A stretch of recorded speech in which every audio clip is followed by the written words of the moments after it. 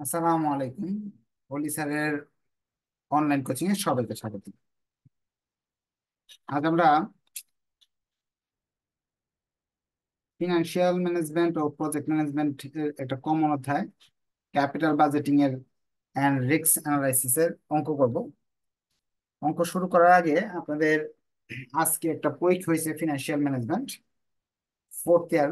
এই ফোর্থ ইয়ারের প্রশ্ন নিয়ে হালকা আলোচনা করব। থার্ড ইয়ারের প্রশ্ন আলোর মতে কঠিন হওয়ার পরেও সব কমন ছিল, আর ফোর্থ ইয়ারের প্রশ্ন আজকে সব কমন ছিল। যারা লাইভে আছেন তারা একটু শেয়ার মেনশন করে দেন, যাতে অন্যরা এই ক্লাসটা দেখতে পারে, দেখে উপকার পায়। এবং যারা জুমে আছেন তারা মেসেঞ্জার গ্রুপে লিখে দিতে পারেন যে ক্লাস হচ্ছে। আমি শেয়ার করে রাখি যাতে আপনারা পরবর্তীতে এই ক্লাসটা দেখে দেখতে পারেন যারা এখন উপস্থিত নাই।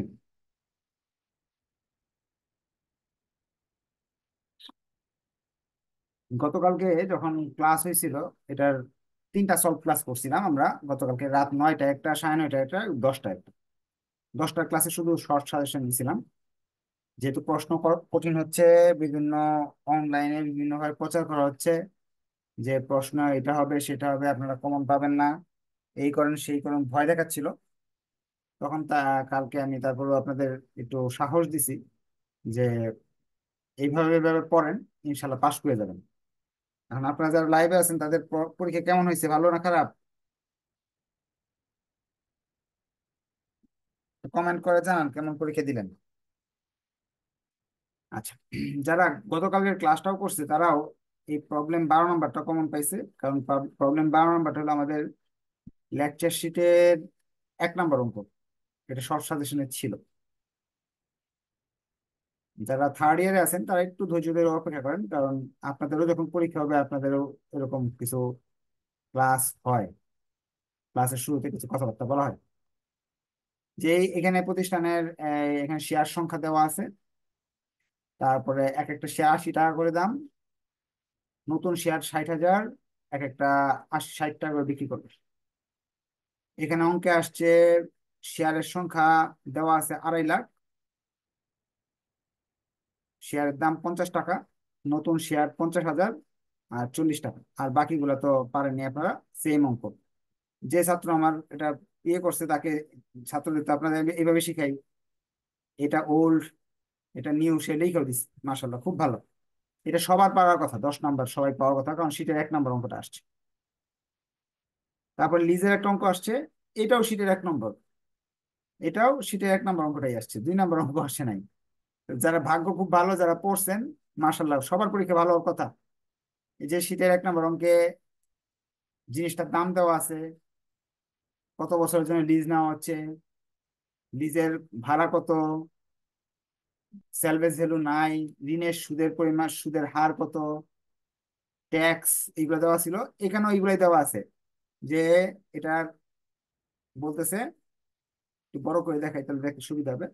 বলতেছে 20 লাখ টাকা দামের জিনিস দরকার আপনার, 4 বছরের জন্য। আপনার লিজের ভাড়া 4 লাখ, ট্যাক্স 35%, 8% সুদ। সেটা 1 নম্বরটাই আসলো। আর আমরা এদিকে যাই। ও ছোট প্রশ্ন একটা হুবহু কমন আসছে, ছোট প্রশ্নগুলো সহজ আসছে। এটা করাই দিছিলাম ক্যাপিটাল স্ট্রাকচারের, মনে হয় এই 3 নম্বর ক্লাসটা করাই দিলাম সেদিন। কালকে রাতে যখন আমি সাজেশন দিই, শর্ট সাজেশন, এটাও কমন ছিল, তাদের বলে দিছিলাম ক্যাপিটাল স্ট্রাকচারের এই অঙ্কটা। আপনাদের পরীক্ষা কেমন হয়েছে একটু কমেন্ট করে জানান। আর কোনো প্রশ্ন নিয়ে, কোনো অঙ্ক নিয়ে প্রশ্ন থাকলে বলতে পারেন। আমি তো অঙ্কের প্রশ্নগুলো বলে দিচ্ছি, এটা এটা এটা সেটা কি হচ্ছে না হচ্ছে বলে দিছিলাম। এই যে এই অঙ্কটা করলে A to Z শেখা যায়, শর্ট সাজেশন এটা ছিল। এবং এটা বলছিলাম এই অঙ্কটা আপনাকে ঠকাবে না। কেন? ফিনান্সিয়াল ম্যানেজমেন্টে যদি সে 10 না দিতে পারে, আপনাকে ইনভেস্টমেন্ট ম্যানেজমেন্টে 10 দিবে। সবার জন্য এই ইনস্ট্রাকশন, এই অঙ্ক আপনাকে ঠকাবে না। এখানে 3টা জিনিস দেওয়া আছে, ওইখানে মনে হয় 3টা জিনিস দেওয়া আছে, common stock, preference stock, depth. হ্যাঁ, আমি অঙ্ক সম্পূর্ণ দেখি নাই, তারপর আপনাদের বুঝিয়ে দিতেছি। কারণ পরে এখানে 12 লাখ টাকা এক্সট্রা দরকার, এখানে আপনার তিনটা অপশন দেওয়া আছে। হ্যাঁ, ইবিআইটি 8 লাখ, দেখি এইগুলো আছে কিনা। হ্যাঁ, 20 লাখ টাকা এক্সট্রা দরকার, ইবিআইটি 10 লাখ, 50%, তার মানে এইটাই ছিল না, এটাও কমন। আপনাদের প্রবাবিলিটির অঙ্ক করে দিয়েছিলাম কয়েকদিন আগে, এই অঙ্কটাই আসছে, প্রবাবিলিটি এক্সপেক্টেড এনপিভি। চলেন দেখি সেটা কোথায় আছে।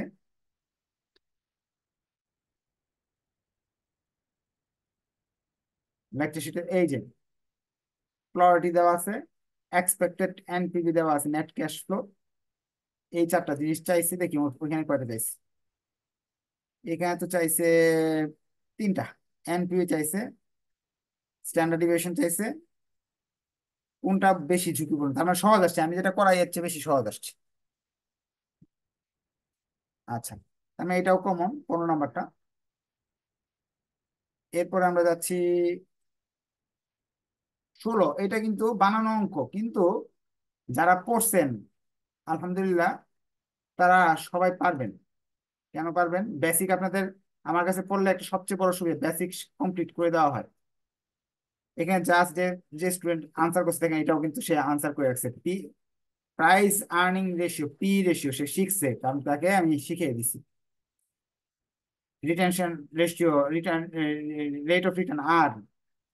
আচ্ছা, এখন কে বের করার জন্য যে সূত্রটা ব্যবহার করতে হয়, এটাও কোথায় শিখছেন না আপনারা? আপনারা যে প্রাইভেট পড়ছেন আমার কাছে, শিখেন নাই? কোথায় শিখছেন বললেন? দেখেন, যারা পড়ছে ভালো তারা সবাই পারার কথা। আর যারা এটা বাদ দিয়েও কিন্তু আপনাদের আনসার করার সুযোগ আছে। কেন? এটা বাদ দেওয়ার পরেও আপনার আনসার করার সুযোগ আছে। এই যে প্রাইস আর্নিং রেশিও চার্ট দেওয়া আছে, কেই বের করার কথা বলছিল এখানে, ওইভাবে কে সে বের করে নিতে হবে। বের করার পরে তারা বলতেছে current dividend policy of the farm, if not optimum dividend pay out ratio কোনটা। আমরা এখানে, তারা বলছে ওয়াল্টার, আপনাদের শিখাই দিছি ওয়াল্টারের নিয়ম অনুযায়ী কোনটা অপটিমাম, কে এর মান আর আর এর মান ছোট বড় হইলে অপটিমাম বের করা যায়। শেখানো হয় নাই? কোথায় শেখানো হয়েছে দেখেন তো, এই যে অঙ্কে শেখানো হয়েছে অপটিমাম পে আউট রেশিও কোনটা। অর্থাৎ 4 নাম্বার এবং 5 নাম্বার মিলে একটা অঙ্ক বানানো হয়েছে, সেটা আপনারা দেওয়ার কথা, পারছেন না আপনারা? এরপর 17 নাম্বার, 17 নাম্বার অঙ্ক, কালকের শর্ট সাজেশন যখন দিলাম, আপনাদের ভাগ্য খুব ভালো, শর্ট সাজেশন যা বলছিলাম সবই আসছে। কালকের ভিডিও আপনারা দেখে নিতে পারেন চলে, শর্ট সাজেশনে আমি এটা বলেছিলাম। এই যে পার্সেন্টেজের অঙ্কটা, এই দুইটার মাঝে একটা আসতে পারে, প্রবলেম 2 আর প্রবলেম 3। আলহামদুলিল্লাহ প্রবলেম 2 এর মতোই আসছে, যে পার্সেন্টেজ দেওয়া আছে, এই যে এখানে পার্সেন্টেজ দেওয়া আছে, ম্যাটেরিয়াল এত পার্সেন্ট, এই পার্সেন্ট গুলো চেঞ্জ করিস, আর এই সব কিছু দেওয়া আছে। সব মিলিয়ে আশা করা যায় ভালো একটা ফলাফল আপনারা পাবেন। আপনারা শেয়ার মেনশন করবেন অবশ্যই। যদি আমি একটা বলি যে ফোর্থ ইয়ার স্টুডেন্ট যারা ফ্রিতে এখানে পড়েন, ফ্রি ভিডিও দেখেন, ফ্রি সাজেশন, হ্যাঁ, 4 বছর যাবতীয় করতেছেন, এবং থার্ড ইয়ারে আপনাদের ইমপ্রুভ ছিল যাদের, তারা 100% কমন পাইছেন। তিনটা সাবজেক্টের তিনটাই সহজ ইয়ে হয়েছে, ম্যানেজমেন্ট অ্যাকাউন্টিং, ট্যাক্স এবং স্ট্যাটিস্টিক্স। এই বছর ম্যানেজমেন্টের জন্য প্রশ্ন সেরকম কঠিন হয়নি। আম, সবাইকে বলবো একটু কষ্ট করে আপনারা আমার পেজে একটু রিভিউ দিবেন, বুঝছেন? কারণ আপনারা তো, যে রিভিউ না দেন তারা অন্যরা তো আমাকে খুঁজে পাবে না। ছোট যারা আছে, জুনিয়র আছে, তারা কিন্তু আমাকে খুঁজে পাবে না।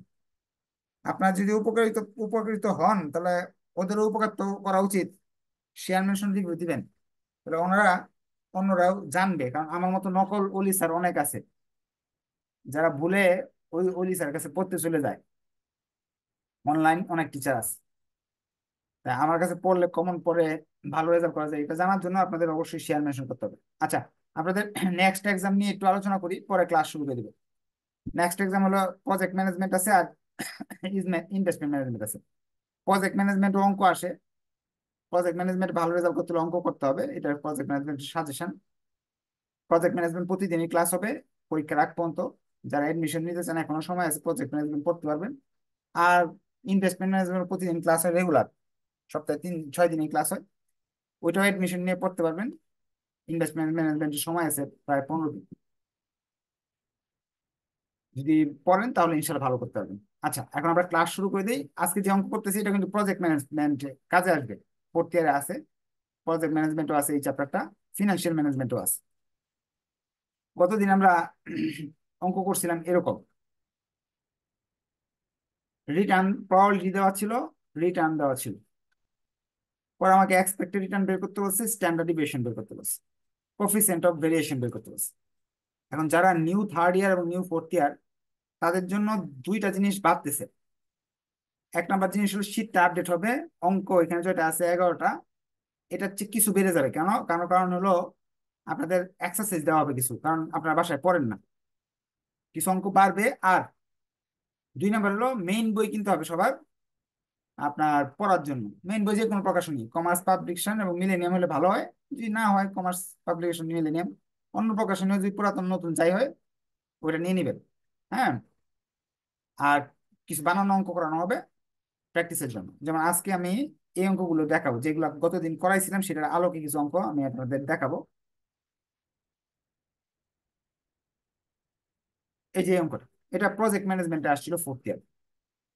গতদিন যারা অঙ্ক করছে বা আজকে পরীক্ষা যারা দিছে তারা ওই অঙ্কটা পারবে। এখানে বলা আছে যে এটা কিন্তু শীটে নাই, কিন্তু শীটের রুলের মতো একটা অঙ্ক। এখানে বলতেছে the company evaluate to mutual exclusive project for investment. দুইটা এক্সক্লুসিভ প্রজেক্ট আছে। আর আরেকটা কথা বলে রাখি, কিছু সংক্ষিপ্ত ইনস্ট্রাকশন দিয়ে রাখি। এক, আপনার নেক্সট পরীক্ষা যে এরকম সহজ হবে এরকম না, নেক্সট পরীক্ষা কঠিন হতে পারে। কিন্তু গুড নিউজ আছে, গুড নিউজটা হলো কঠিন হলেও ফেল করবেন না ইনশাল্লাহ। কেন?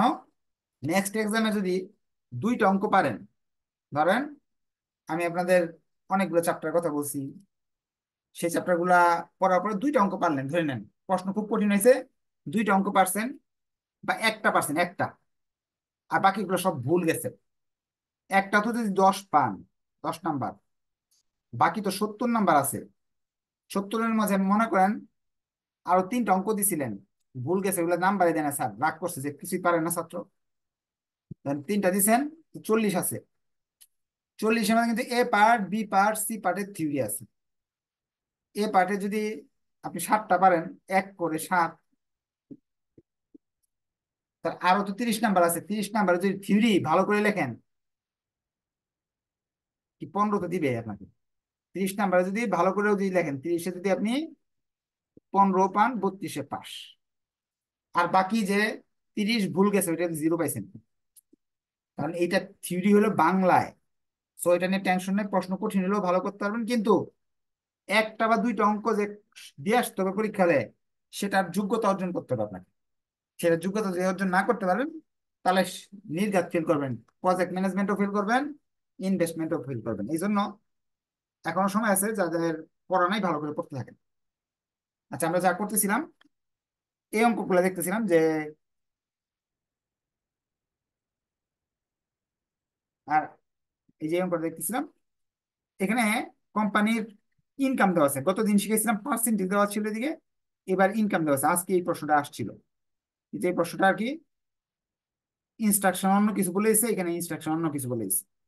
আর এই পাশে প্রবাবিলিটি দেওয়া আছে, এখানে ইনকাম দেওয়া আছে, এখানে প্রবাবিলিটি দেওয়া আছে, এখানে ইনকাম দেওয়া আছে, এখানে প্রবাবিলিটি দেওয়া আছে। এটা সবাই পারার কথা। কিন্তু প্রশ্নে লেখা আছে which project is acceptable in view of risk. ঝুঁকি দেখে তুমি বলো দুইটা প্রজেক্টের মাঝে কি কোনটা অ্যাকসেপ্টেবল। কিন্তু আমরা যে আগে অঙ্ক করছি, তখন তো এরকম ইনস্ট্রাকশন, আগের বার যে অঙ্ক করছি এখানে তো শুধু বলছে এক্সপেক্টেড রিটার্ন বের করো, স্ট্যান্ডার্ড ডিভিয়েশন বের করো, কোএফিসিয়েন্ট অফ ভেরিয়েশন বের করো। বা আজকে যে পরীক্ষায় আসছে এক্সপেক্টেড ভ্যালু বের করো, স্ট্যান্ডার্ড ডিভিয়েশন বের করো, এনপিভি বের করো, অনেক কিছু বের করো। তারা বলতেছে এর মধ্যে কোনটা নেওয়া যায় ঝুঁকির ভিত্তিতে। তাহলে আপনার কি করতে হবে আপনারা জানেন? এরকম যে প্রশ্ন করে ঝুঁকির ভিত্তিতে কোনটা নেওয়া যায়, এটা প্রশ্ন করলে কি করতে হবে কি জানেন কি কেউ? জানলে কমেন্ট করেন, না জানলে আমি করে দিচ্ছি। ঝুঁকির ভিত্তিতে এটা যদি করতে হয়, তাহলে আপনাকে তিনটা কাজ করতে হবে, যে তিনটা কাজ আগেও করছেন আপনারা। একটা হলো এক্সপেক্টেড রিটার্ন বের করতে হবে, ইয়ার বের করতে হবে। ইয়ার হলো, ইয়ারের সূত্র ব্যবহার করতে হবে। আমরা গতদিন ইয়ারের সূত্র ইউজ করছি।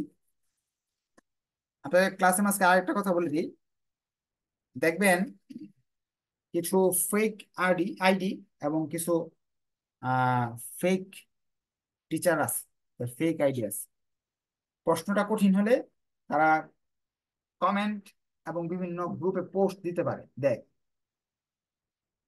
এক্সট্রা এক্সট্রা ওয়ান লিখে রাখো, হ্যাঁ, যে বই পড়েন, এই করেন সেই করেন, আগে থেকেই বলতেছি শুনেন না কথা। আজকে তারা চুপ করে বসে আছে, একবারও বলবে না স্যার আপনার ফ্রি সাজেশন দেখে আমি A+ পেয়ে গেছি, সব অঙ্ক দিয়ে আসছি। আজকে একটা কমেন্টও নাই তাদের। কমেন্ট হবে যেদিন প্রশ্ন কঠিন হবে, ওই দিন দেখবেন কমেন্টে ভরে গেছে। তার তো কৃতজ্ঞতা মাঝে মাঝে অর্জন করা উচিত, যে না আজকে তো কমেন্ট কমন আসছে। এখন এটা দেওয়া আছে, এটা হলো এন, এটা হলো ক্যাশ ফ্লো বা ইনকাম, এটা রিটার্নের মতো। আর এর মানে কি, আর এটা প্রবাবিলিটি, এইটা দেওয়া আছে। আমাকে বলছে, প্রথমে বলছে রিস্ক বের করো। রিস্ক বের করতে হলে 3টা স্টেপে দিতে হবে। 1 নাম্বার হলো ইয়ার বের করতে হবে আমাকে, এসডি বের করতে হবে, সিবি বের করতে হবে। এই 3টা বের করার পরে আমি ডিসিশন নিতে পারবো প্রজেক্ট এ ভালো না প্রজেক্ট বি ভালো। ইয়ার বের করার জন্য আপনার সূত্র জানেন, P × R। পি যদি এইগুলা হয়, আর যদি এটা হয় তাহলে গুণ করতে হবে। পি এর মান হলো 0.3, আর এর মান হলো 3000। আপনারা ক্যালকুলেটর নেন। পি এর মান যদি 3 হয়, আর এর মান যদি 2400 হয়, পি এর মান 4 হয়, আর এর মান এত হয়। অর্থাৎ এই প্রজেক্টে যদি আপনি বিনিয়োগ করেন, গড়ে মুনাফা পাবেন হলো 2420 টাকা। এটা কি এরটা করছেন? তাহলে বিএডটাও কিন্তু আমাকে করতে হবে, ইয়ার বিএডটাও সেম কাজ করতে হবে। ইয়ার বিএড যে সংখ্যাগুলো আছে প্রশ্ন থেকে দেখে নিচ্ছি। আপনাদের যদি কোনো কোয়েশ্চেন থাকে কমেন্ট করতে পারেন, হ্যান্ড রাইজ করে কথা বলার সুযোগ আছে। প্রশ্ন থেকে আমি আবার একটু দেখে আসি। উম, প্রশ্ন গেল কোথায়, এটা কোনটা আসছে, আবার বের করি। এই যে প্রশ্ন, প্রশ্ন বিয়ের গুলো হলো এইগুলো দেওয়া আছে, প্রবাবিলিটি দেওয়া আছে, সেগুলো আমি লিখে ফেললাম। বিয়েটা আপনারা পারবেন না, আনসার কত আসে লিখে ফেলেন। 2900 × 0.4,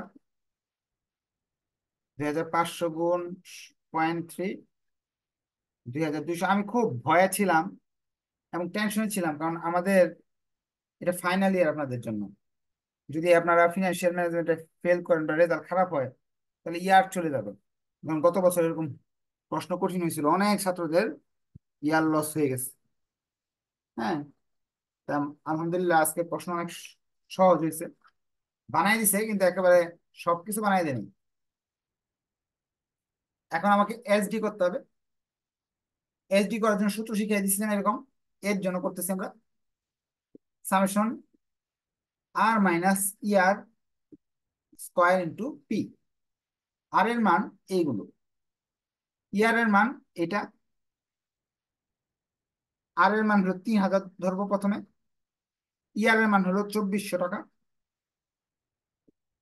পি এর মান হলো 0.3, আর এর মান 2400, ইয়ার এর মান 2420.3, আর এর মান 2000। আমি আবার এটা বুঝিয়ে দিব, আপনাদের গতদিনও বুঝিয়ে দিচ্ছি, আবার আজকে বুঝিয়ে দিব। এখন কি করতেছি আমি, এটা আরেকবার খেয়াল করেন। এই সংখ্যাগুলো কোথা থেকে আনলাম, এখান থেকে 3টা নিয়ে আসলাম, এনে প্রতি ক্ষেত্রে এই 2420 টাকাকে বাদ দিলাম। প্রতি ক্ষেত্রে এই 2420 টাকাকে বাদ দিলাম, পরে স্কোয়ার দিলাম সূত্র অনুযায়ী।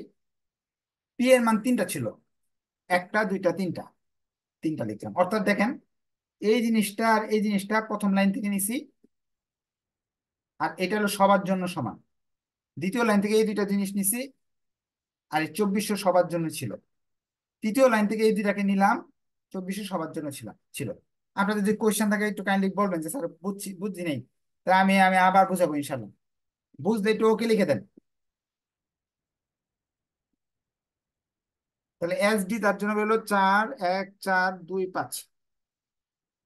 বিয়েরটা আমাকে করতে হবে। বিয়েরটা করার জন্য এই জিনিসগুলো সব সেম থাকবে। বিয়ের মানগুলো শুধু এখানে বসাতে হবে। বিয়েরটা আমি করাচ্ছি আপনাদের।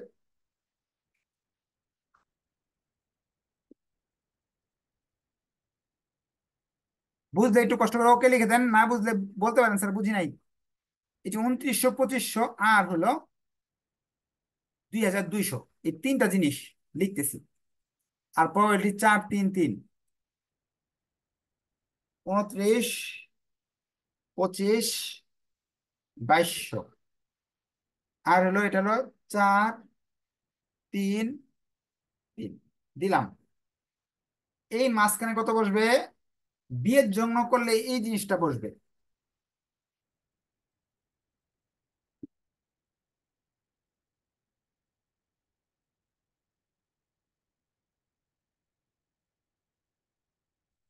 সত্তর ছিল না, 20 না, 70 না, 70 ছিল, 70।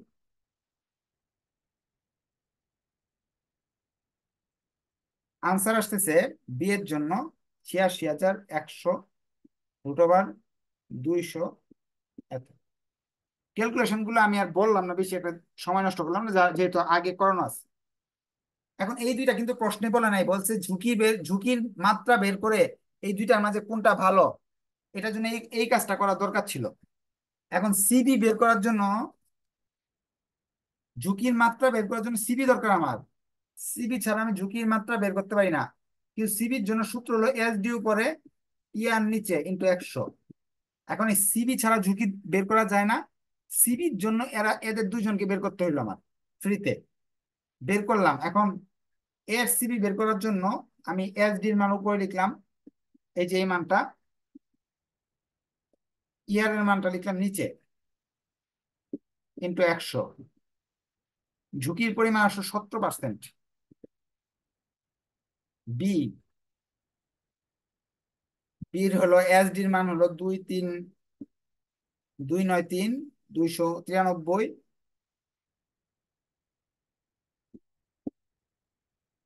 ঝুঁকির মাত্রা বেড়ে আসলো 11। এখন আপনারা বলেন তো, যে একটা দোকান আছে বা একটা ফিশারি প্রজেক্ট আছে আর একটা গরুর ফার্ম আছে বা পোল্ট্রি ফার্ম আছে আর একটা ফিশারি আছে। দুইটার মাঝে একটাতে 17% ঝুঁকি আর একটাতে 11% ঝুঁকি। কোন প্রতিষ্ঠানে আপনি বিনিয়োগ করবেন? আপনার টাকাগুলো কোন দোকানে রাখবেন? এতে না বিতে? কমেন্ট করে একটু বলেন।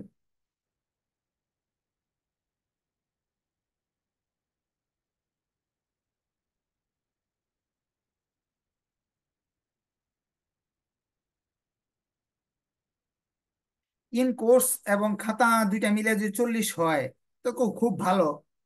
কিন্তু এরকম সাধারণত হয় না। আহ সাধারণত 32 এবং 8 দুইটা যোগ করে পাস হয়। তাও আশা রাখেন যদি জাতীয় ইউনিভার্সিটি আপনার দেয়, তো বাইচে গেলেন। কারণ ইন কোর্সে যে আপনাকে বেশি করে দিবে, 15 20 করে দিবে, এটার গ্যারান্টি কে দিল? আপনি তো রিটার্ন পরীক্ষায় 32 পাচ্ছেন না, তার মানে ছাত্র হিসেবে দুর্বল। ইন কোর্সে যে স্যারে 15 বা 20 দিবে, এটা তো আর জানেন না।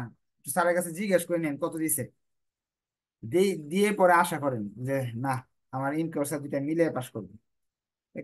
কমেন্টে অনেকে আসছে যে বিতে যাবে, কারণ ঝুঁকি কম যেটাতে এটাতে যাইতে হবে, ঝুঁকি কম এটাতে, ঝুঁকি কম, রিস্ক কম।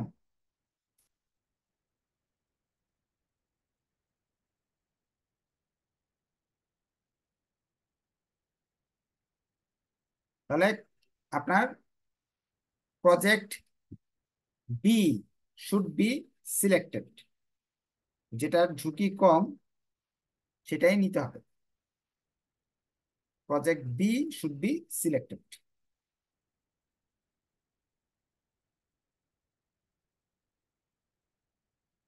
আচ্ছা, এখন আশা রাখি আপনারা বুঝতে পারছেন। আজকে ওই টাইপের প্রশ্ন আসছিল,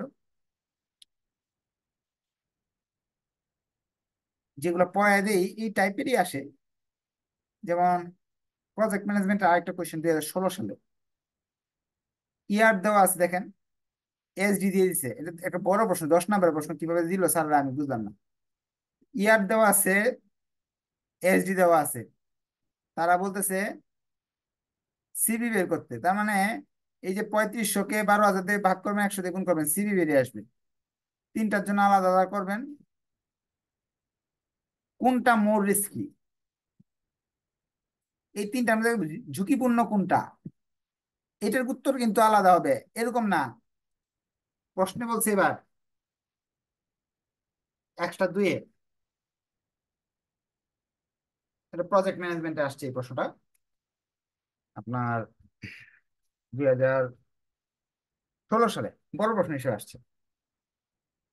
বলছে সিবি বের করো, এসডি বাই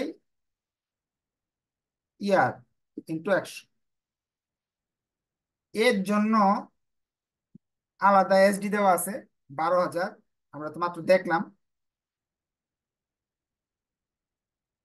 আর 3500, সেই হিসাবে আসতেছে 29.17।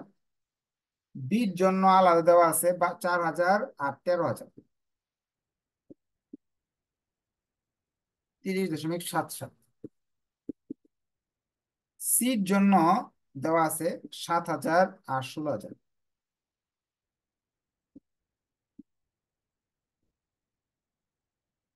এইগুলা দেওয়া আছে।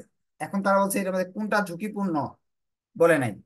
ঝুঁকি বেশি কোনটাতে, ঝুঁকি কোনটাতে বেশি বলেন তো, কোনটাতে ঝুঁকি বেশি। এবারে প্রশ্ন কিন্তু উল্টা, বলে নাই কোনটাতে বিনিয়োগ করবেন, কোনটা ভালো এটা বলে বলে নাই, বলছে ঝুঁকি বেশি কোনটাতে, বলছে কোনটাতে ঝুঁকি বেশি। এখন বলেন তো কোনটাতে ঝুঁকি বেশি। এটাতে ঝুঁকি 43, এটাতে 30, এটাতে 29। তার মানে এইটাতে ঝুঁকি বেশি, এই কোম্পানিতে ঝুঁকি বেশি। এটার উত্তর কিন্তু উল্টা হবে।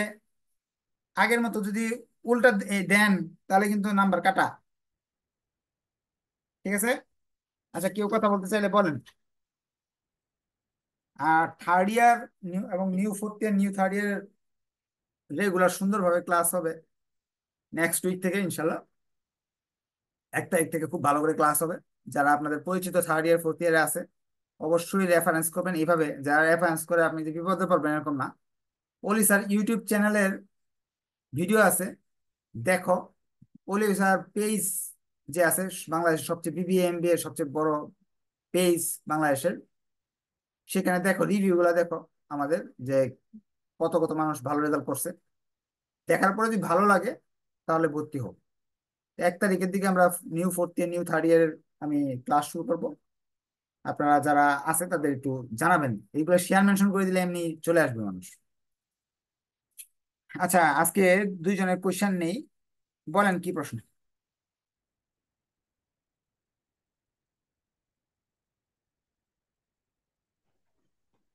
স্যার আসসালামু আলাইকুম। হ্যাঁ, ওয়ালাইকুম সালাম, বলেন। স্যার আপনাকে অসংখ্য ধন্যবাদ এবং আপনার প্রতি আন্তরিকভাবে দোয়া। আজকে এক্সাম অনেক ভালো হয়েছে।